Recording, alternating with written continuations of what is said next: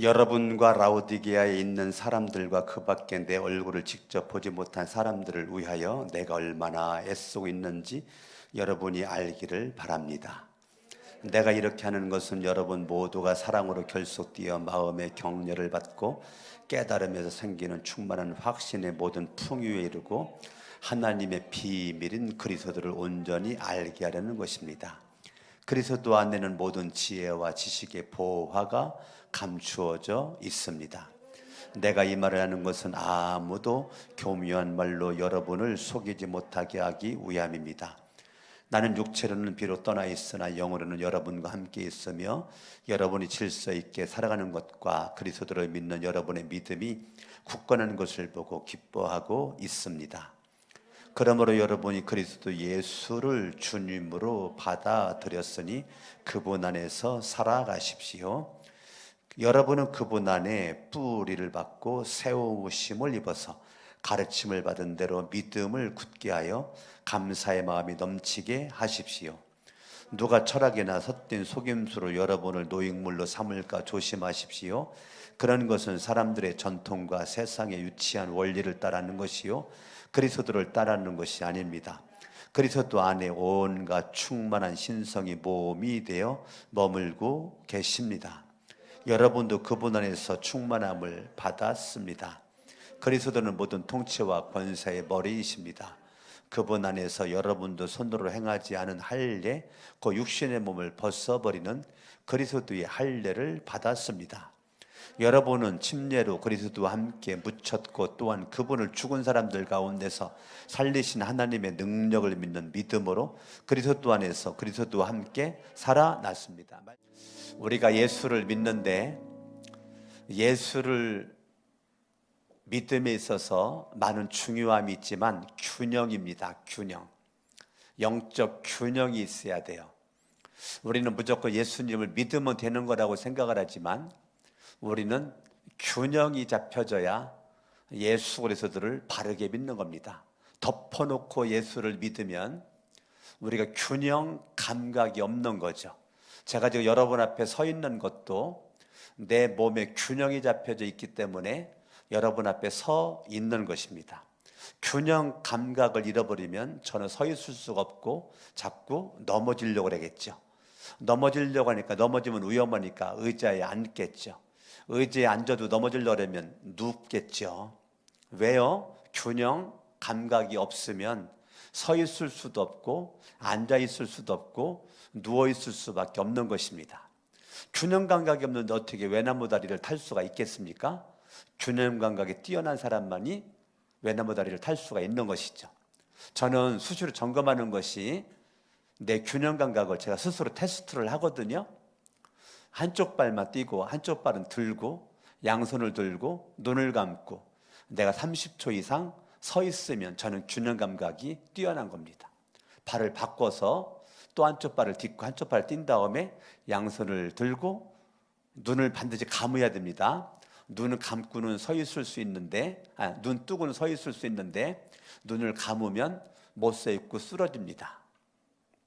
그래서 내 몸의 균형 감각을 수시로 저는 점검을 하거든요.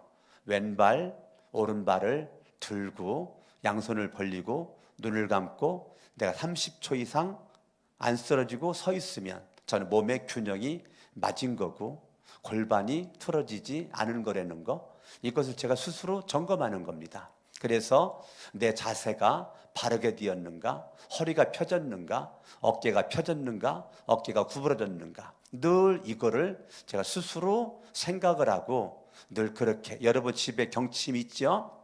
옛날에 산 거 있죠? 제가 수시로 경침 운동을 지금도 하고 있습니다.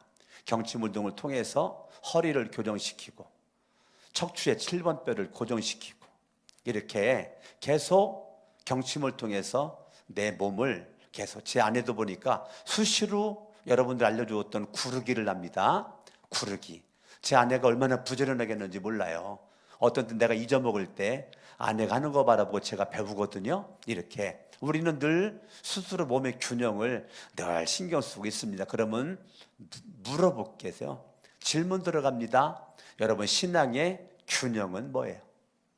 무엇이 우리의 신앙의 균형을 이루어줘야 될까요? 그거는 십자가와 부활입니다. 십자가와 부활은 철로의 두 철로가 있어야만이 기차가 갈 수 있는 것처럼 우리의 신앙의 균형은 십자가가 더 중요하지 않고 부활이 더 중요하지 않습니다. 십자가와 부활은 동전의 양면처럼 다 중요합니다. 많은 사람들이 십자가만 중요하다, 어떤 사람은 아니다, 부활만 중요하다. 강석원 목사는 그건 아니다. 여러분들에게 지금 이 십자가의 도, 이 책을 가지고 지금 설교를 하는데 이 책에 있는 이 저자도 신앙의 균형에 대해서 우리에게 말을 하고 있습니다.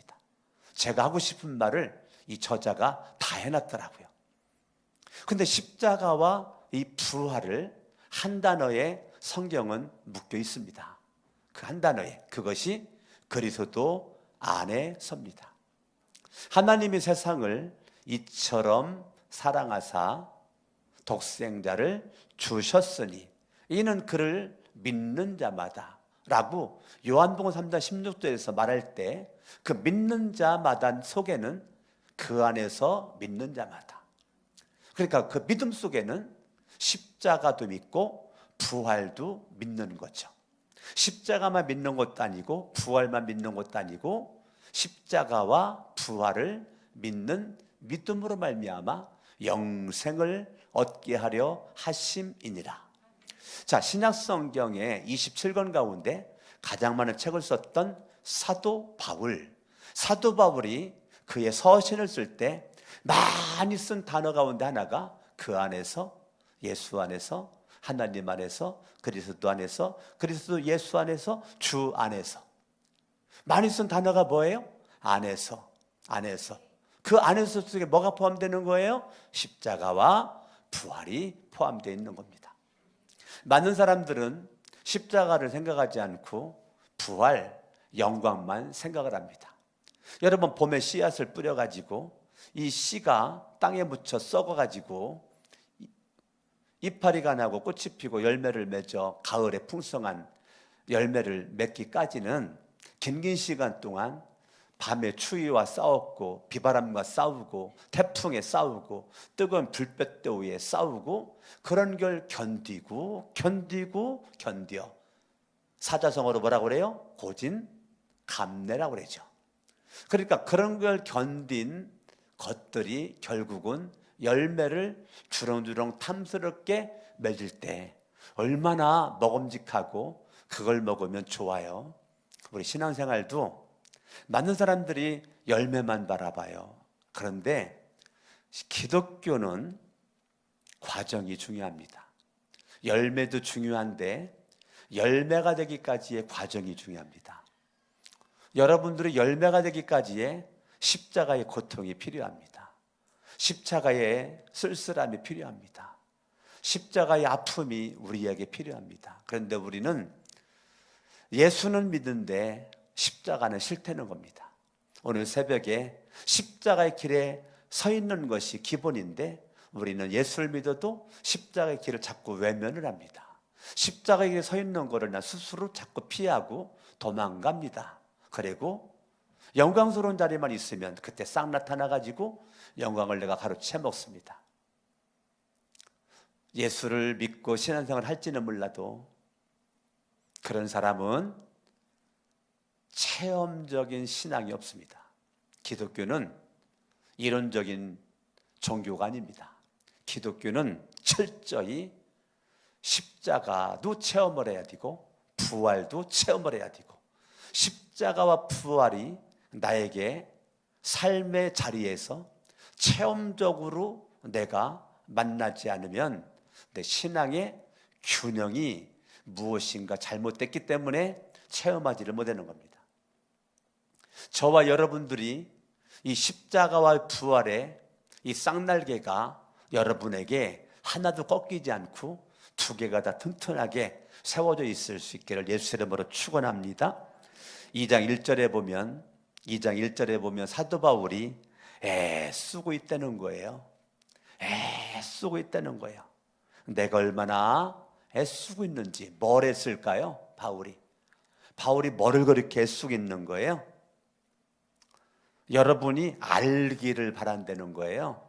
뭘 알기를 바란다는 거예요? 십자가와 부활입니다. 사도 바울이 그렇게 골로새 교회에 사도 바울이 애쓰고 바라는 것은 너희들이 십자가를 알고 부활을 알기를 원한다는 거예요. 강석원 목사도 여러분들이 정말 알기를 원해요. 강석원 목사 몰라도 괜찮아요. 옆에 계신 성도들 몰라도 괜찮아요. 너무 깊이 있게 알려고 할 것도 없어요. 그런데 우리가 정말 알아야 할 분이 계신데 그분은 예수 그리스도예요. 예수의 뭘 알아야 돼요? 그분이 이 땅 위에 왜 오셨으며, 그분이 왜 고통을 받으셨으며, 그분이 십자가에서 왜 달리셔야만 했으며, 그 예수의 십자가를 분명히 알아야 우리는 부활의 능력을 경험할 수가 있는 것이에요. 사도 바울이 골로새 교인들이 그렇게 알기를 원하는 것처럼 저는 오늘 여러분들이 십자가와 부활을 알아야, 그러면 왜 알아야 될까? 왜 그렇게 여러분이 십자가와 부활을 알아야만 할까? 2절, 내가 이렇게 하는 것은 이게 뭐예요? 내가 이렇게 너희들 십자가 부활을 알기를 애쓰는 것은 여러분 모두가 사랑으로 결속되어서 이겁니다. 자, 십자가와 부활이 영적으로 균형 있게 잡혀져 있는 사람은 누가 뭐라고 해도 어떠한 일이 있어도 사랑의 결속력이 금가지 않습니다. 왜 예수를 믿다가 믿음이 좀 부실해질까? 십자가와 부활의 균형이 금갔든지 깨어졌든지 알지 못하든지의 결과입니다. 저와 여러분들은 다른 것은 몰라도 주님을 바라보는 이 신앙, 주님 안에서의 이 신앙만큼은 우리는 우리 삶의 현장에서 드러나야 돼요. 어떻게 드러나요? 사랑으로 결속하는 겁니다. 우리는 사랑의 띠로 하나가 되었습니다. 뭐로 하나가 되었다고요? 무슨 띠로? 누구 사랑? 십자가의 사랑, 부활의 사랑으로, 예수 그리스도의 사랑으로 우리는 뭐가 되었어요?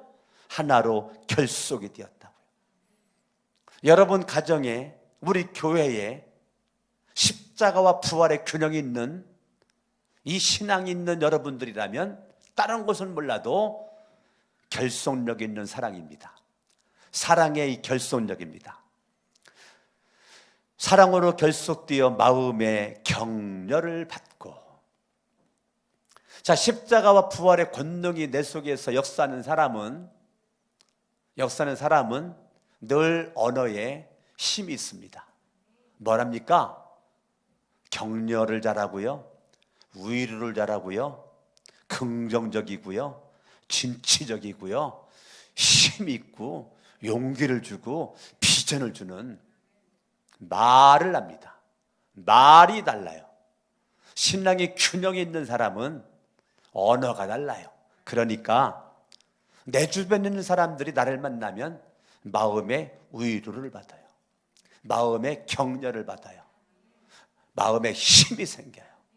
근데 균형이 금간 사람, 균형이 깨진 사람을 만나면 이상하게 속이 찬바람이 씩씩 돌아다녀요.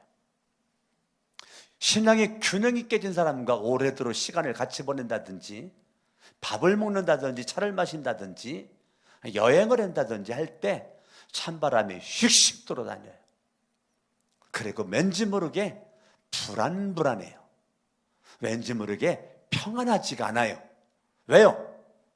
균형이 없는 사람과 함께 하려니까 힘드는 거예요. 대개 누가 균형이 없을까요? 영적인 어린아이들이겠죠. 영적인 아기들이겠죠. 이것저것 분별하지 못하는 아기들이겠죠. 나이는 50이고 60이고 70인데 영적인 상태는 7살이야? 영적인 상태는 5살이야? 그러니까 오줌통 못 가리는 거죠. 내가 설띠 안 설띠 못 가리는 거죠. 내가 있어야 될지 안 있어야 될지, 말해야 될지 말해야 될지, 이거 분간을 못 하는 거죠. 그러다가 보니까 마음의 격려를 사람들에게 할 수가 없는 거예요. 내가 뭔가 나서면 사람들 그 순간 상처 주고 아픔 주고, 말하면 사람들 그냥 상처 주고 아픔 주고, 행동하면 상처 주고 아픔 주고, 말을 안 해야 되는데 균형이 없는 사람들은 또 말을 잘해요. 균형이 좀 있는 사람들은 말을 하지 않고요, 균형이 좀 없는 사람들은 또 말을 많이 해요. 그러다가 보니까 내 주변이 험악해지는 거예요. 사랑으로 결속되어 마음의 격려를 받고 깨달음에서 생기는 충만한 확신의 모든 풍요. 제가 여러분들에게 늘 말씀드렸죠. 신앙생활에 아주 중요한 건 깨닫는 거다. 깨닫는 거다. 누가 깨달아요? 균형이 있는 사람이 깨달아요. 균형이 없는 사람들은 못 깨달아요. 신기하게 못 깨달아요. 깨닫지를 못해요. 이게 참 안타까운 거예요. 근데 우리는 하나님 말씀을 들을 때 산을 바라봐도, 하늘을 바라봐도, 바람소리만 들어도, 지나가는 차만 바라봐도, 날아다니는 새를 바라봐도 신기하게 깨닫는 사람은요, 별걸 다 깨달아요. 시냇물 소리만 들어도 어떤 사람은 별걸 다 깨달아요. 어떤 사람은 똑같이 TV 보는데 어떤 사람은 깨닫는 사람이 있고 어떤 사람은 못 깨닫는 사람이 있어요. 영화 한 편을 봐도 느낌이 다 달라요. 드라마 하나를 봐도 느낌이 다 다르다고요.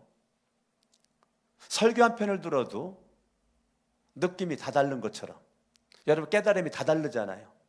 어떤 사람은 내가 막 중요하게 막 했는데 그거에 은혜 받았다고 안 하고 그냥 스쳐 지나간 거에 또 은혜 받았대. 별꼴이 반짝이야 정말. 예? 그러니까 우리는 깨달는 수준이 다 다르다고요. 다 달라요. 하나님의 역사가 다 다르단 말이에요. 그러니까 내가 생각했던 건 이거였었는데 여기에 또 은혜 받는 거, 그것 때문에 또 은혜를 받아요. 그래서 목장에서나 삼공부 때 나눔을 가질 때에 나 들으면서 은혜를 받아요. 야, 그렇구나. 또 저런 것도 은혜를 받는구나. 저렇게도 은혜를 받는구나 하니까 너무너무 감사한 거예요.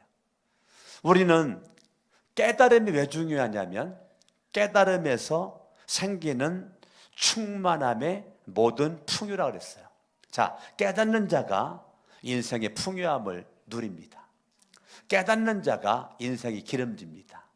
깨닫는 자가 인생이 넉넉합니다. 못 깨달은 자는 날마다 곤고합니다. 날마다 메말라, 날마다 비틀어져 있어요.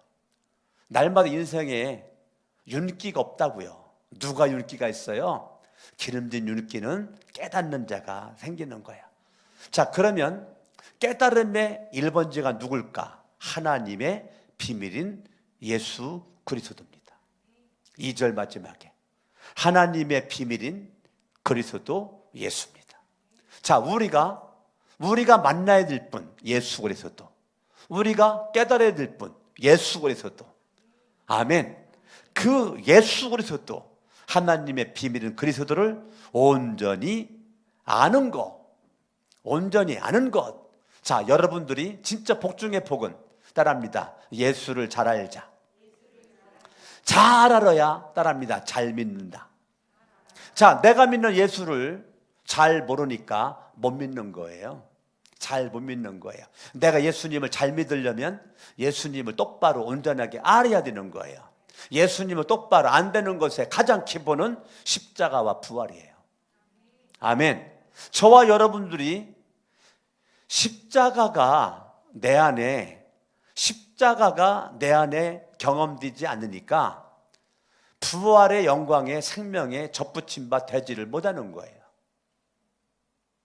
십자가를 여러분들이 무시해버리니까 부활의 생명에 접붙임 바 되지를 못하는 거예요. 그러니까 예수를 믿는데 넉넉함도 없고 풍요로움도 없고 삶의 맛도 모르고 행복도 모르고 죽지 못해 사는 거죠.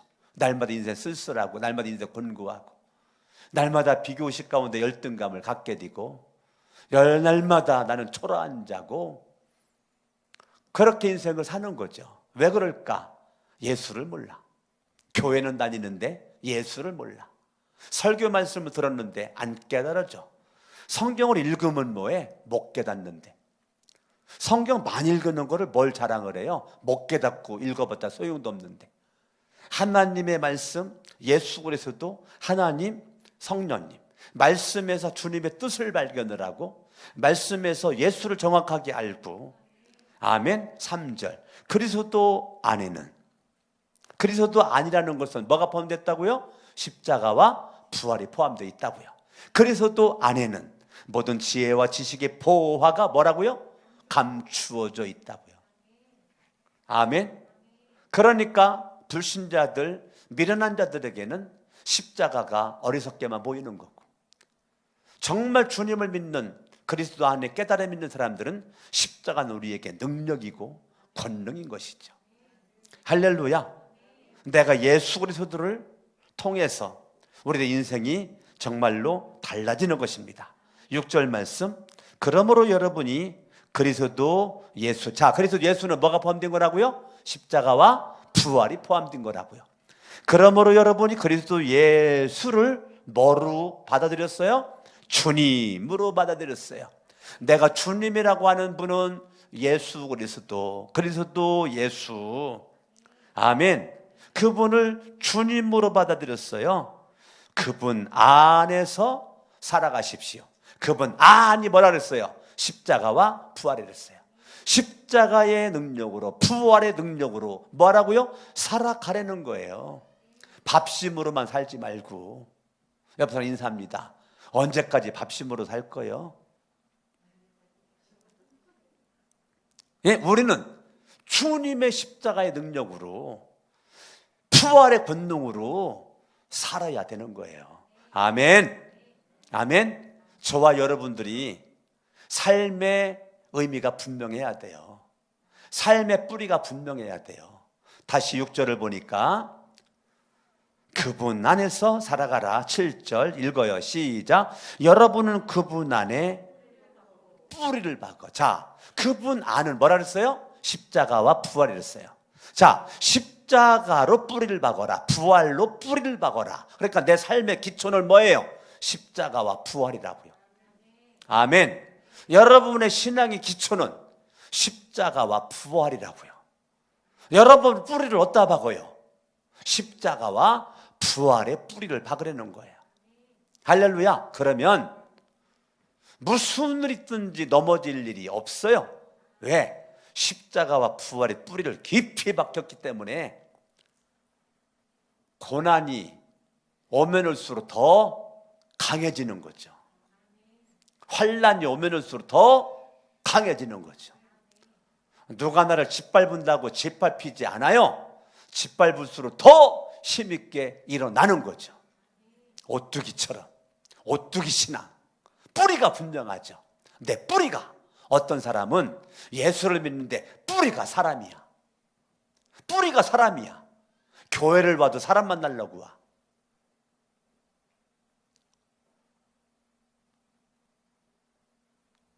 코로나 때문에 예배를 제대로 못 드렸는데 어느 교회에 잘하는 목사님이 그래요. 나오지 않았던 한 교인이 나와가지고 너무 감사해가지고 너무 고마워가지고 아유 참 고맙다 이렇게 나왔네.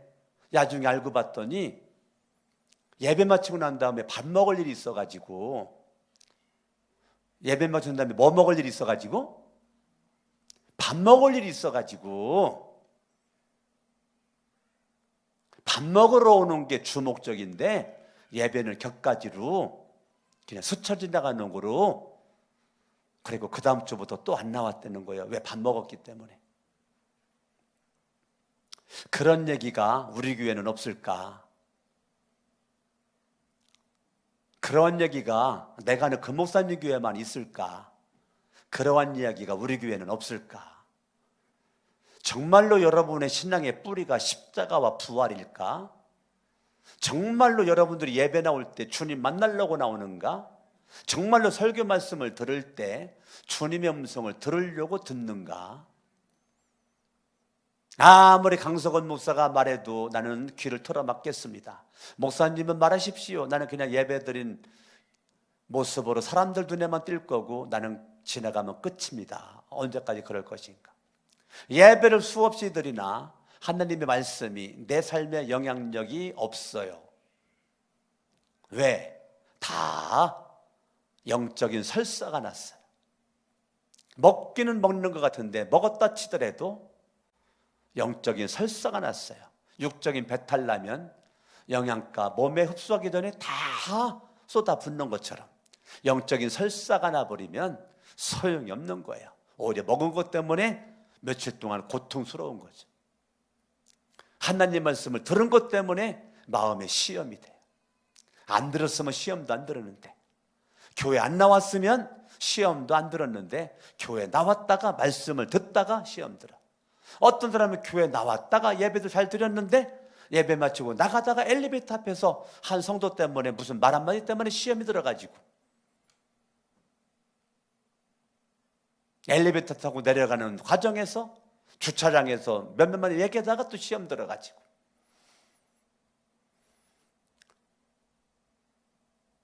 왜 그럴까? 신앙의 뿌리가 잘못된 곳에 내려서 그런 거예요.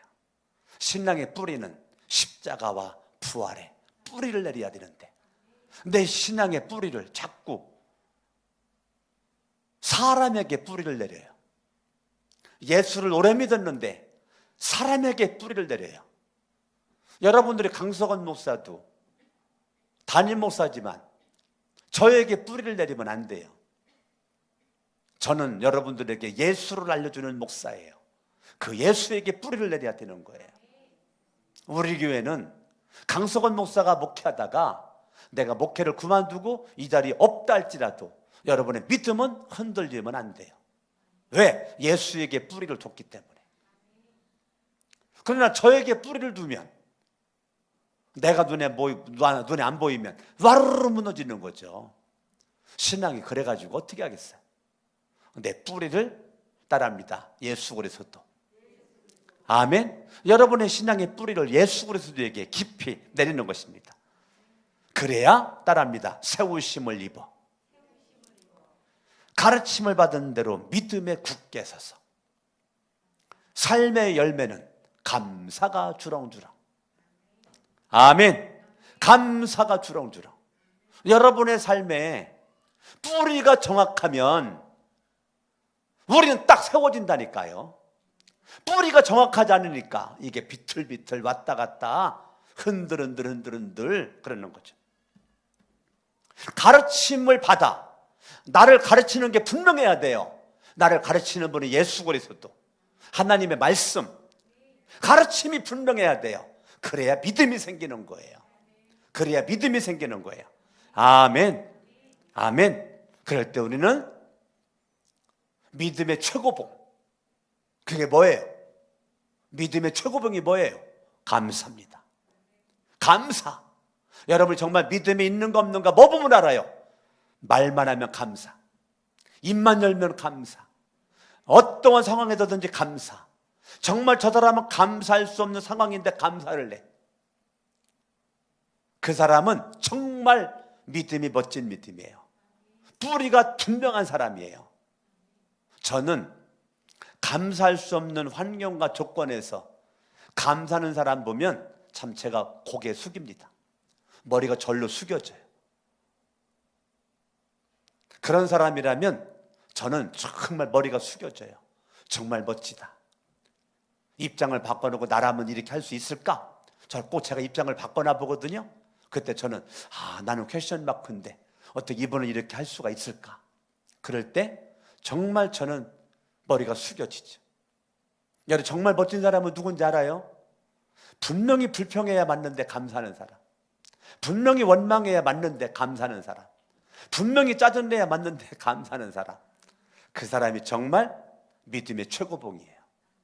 신앙이 균형 있는 사람, 그 사람의 결과는 감사의 마음이 넘쳐난다는 거예요. 감사가 충만하다는 거예요. 할렐루야. 12절. 여러분은 침례로 그리스도와 함께 묻혔고, 자, 나라고 하는 존재는 이 땅에 예수를 믿으면서 침례를 받죠. 자, 예수를 믿는 사람들은 반드시 침례를 받아요. 그런데 침례를 받는데 그게 왜 중요하냐면, 침례 받는 것과 함께 예수 그리스도와 함께 나의 죽음을 선포하는 거기 때문에 중요한 거예요. 내가 침례를 받음으로 예수와 함께 나의 죽음을 선포한다. 예수의 십자가와 나는 함께 연합되었다. 접붙임 바 되었다. 자, 내가 예수를 믿는데 예수의 십자가에 접붙임 바 되지를 않아. 그리고 예수를 믿어. 그러니까 그 다음 단계, 또한 그분을 죽은 사람들 가운데서 살리신 하나님의 능력을 믿는 믿음으로 살아야 되는데 못 사는 거예요. 예수와 함께 십자가에 못 박혀본 경험이 없기 때문에 죽은 사람들 가운데 살리신 하나님의 능력을 믿는 그 믿음의 역사가 내 삶 가운데 일어나지 않는 거예요. 그 믿음이 있어야 그리스도 안에서 그리스도와 함께 뭐 한다고요? 살아났습니다 하는 거죠. 자, 반드시 십자가는 부활과 연결되어 있고 부활은 십자가와 연결되어 있습니다. 노크루스 노크라운이에요. 십자가 없는 영광은 있을 수가 없는 거예요. 저와 여러분들이 많은 고난이 있는 것을 두려워하지 말고, 고난이 크면 클수록 열매가 크다는 것을 알으셔야 돼요. 고난이 크면 클수록 축복이 큼을 알으셔야 돼요. 고난이 작으면 그만큼 축복도 작을 수밖에 없음을 여러분들이 알아야 되는 거예요. 고난이 작은 것 때문에 여러분들은 오히려 하나님 왜 이렇습니까? 더 큰 고난 좀 주세요 라고 기도도 해야 된다고요. 고난 물러달라고만 기도했나요? 아니, 하나님 저를 어떻게 보시고 이러한 고난밖에 안 주십니까? 더 큰 고난 좀 줘보십시오. 여러분 기도가 좀 바뀌어보면 어떻겠습니까? 저와 여러분들이 중요한 거는 12절에 함께라는 단어가 2번 나오는데, 우리는 십자가와 연합되고 부활과 연합된 주인공입니다.